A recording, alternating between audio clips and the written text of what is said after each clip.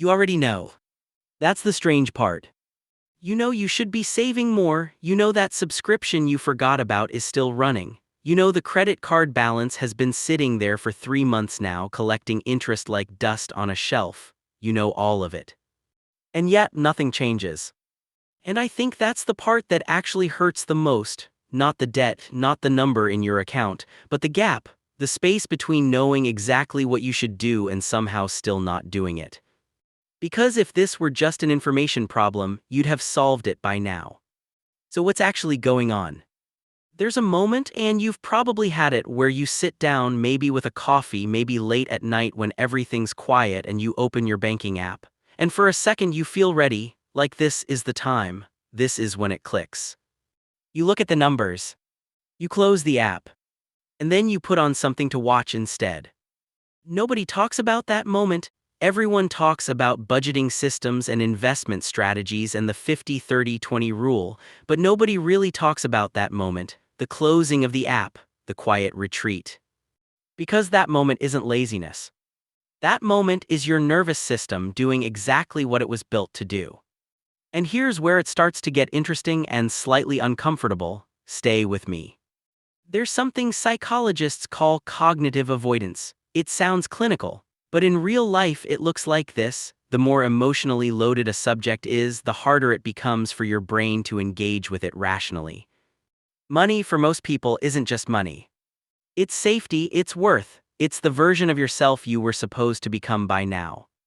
So when you open that app, you're not just looking at numbers, you're looking at a mirror that reflects back every fear you've carried quietly, every time someone made you feel like you weren't enough, every decision you regret, every month that slipped by faster than you planned. Your brain isn't stupid, it knows what's in there, and so before you even fully process the numbers, it's already protecting you. That's not weakness, that's the system working. But it's also the thing quietly holding you in place.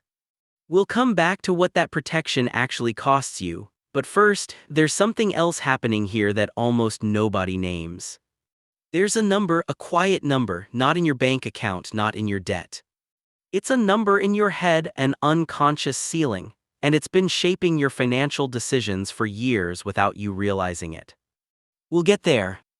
Think about it this way. Imagine you grew up in a house where money was always tense, where conversations about bills happened behind closed doors or sometimes too loudly through them, where asking for things felt dangerous or selfish, where you learned not from a lesson but from the air in the room that money is stress.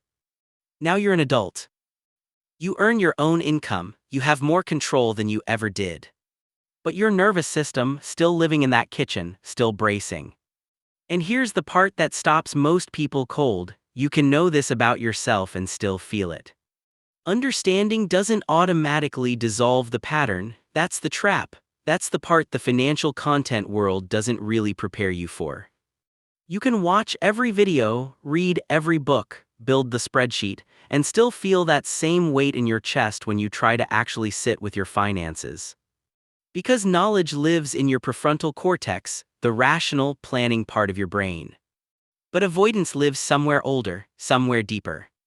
And the older system almost always wins in the short term. Here's something I want you to consider. You're not bad with money. You're not irresponsible, you're not lacking discipline, you're not the person in the cautionary tale. You're someone whose nervous system learned at some point from something that financial clarity feels unsafe. Maybe clarity meant confronting how far behind you feel. Maybe it meant making a decision you didn't feel ready for. Maybe it meant accepting something about your life that you weren't ready to accept. So your brain found a genius solution: stay vague. Vagueness is protection. If you don't look too closely, you can't be too disappointed. You can't confirm the fear. You can stay in the comfortable discomfort of not quite knowing. Which is, by the way, always more painful than knowing. But it feels safer, and that feeling is enough for your brain to keep choosing it. Now, that number I mentioned earlier. The unconscious ceiling. Here's what it is. Most of us somewhere in early life absorbed an identity around money. A sense of what people like us earn, what people like us deserve, what level of financial stability is normal for our family, our neighborhood, our story. And that identity became a ceiling. Not a conscious one, you've never written it down, you've never said it out loud. But it's there in the decisions that feel strangely comfortable to make, the opportunities that feel slightly too big to take seriously, the moments you self-sabotage right before a breakthrough without quite understanding why. That's the ceiling doing its job.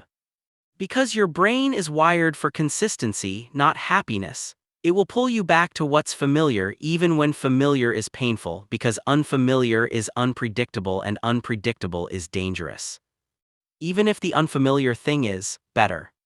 This is where it shifts. The reason knowing isn't enough isn't because you're broken. It's because knowing is a cognitive act and the thing blocking you is not cognitive. It lives in your body, in your nervous system, in the associations and emotional memories that fire before rational thought even enters the room. And this is why two people can read the exact same financial book and have completely different results. Same information, same strategies, wildly different outcomes. Because one of them had a nervous system that felt safe enough to act, and one of them didn't. So what do you actually do with this? And I want to be careful here because this is not the part where I give you a neat 5-step solution that wraps this up cleanly, because that would be a little dishonest. What I will say is this: the path forward is not more information. It's building enough safety, internal safety, to let yourself look. That starts smaller than you think, not with a full budget overhaul, not with a complete financial audit, but with 2 minutes, one number, one tab open without judgment, without a plan, just looking. Because the goal at first isn't to fix anything, the goal is to teach your nervous system that looking doesn't destroy you. That clarity doesn't hurt as much as the anticipation of it. And once you do that enough times, something starts to shift, not overnight but genuinely. The app stops feeling like a threat. The numbers become just numbers. And from that place, that calmer, safer place, the knowledge you already have, it finally has somewhere to land. If this is hitting a little close to home, you'll probably want more of this. Not because you need to be told what to do, but because sometimes the most useful thing is someone putting words to the thing you've been quietly feeling for years without quite knowing what to call it. And this is the part I keep coming back to. The problem was never that you didn't know enough. The problem was that you knew everything and still couldn't move. And now maybe you know why. Which isn't a solution exactly. But it's a different starting point.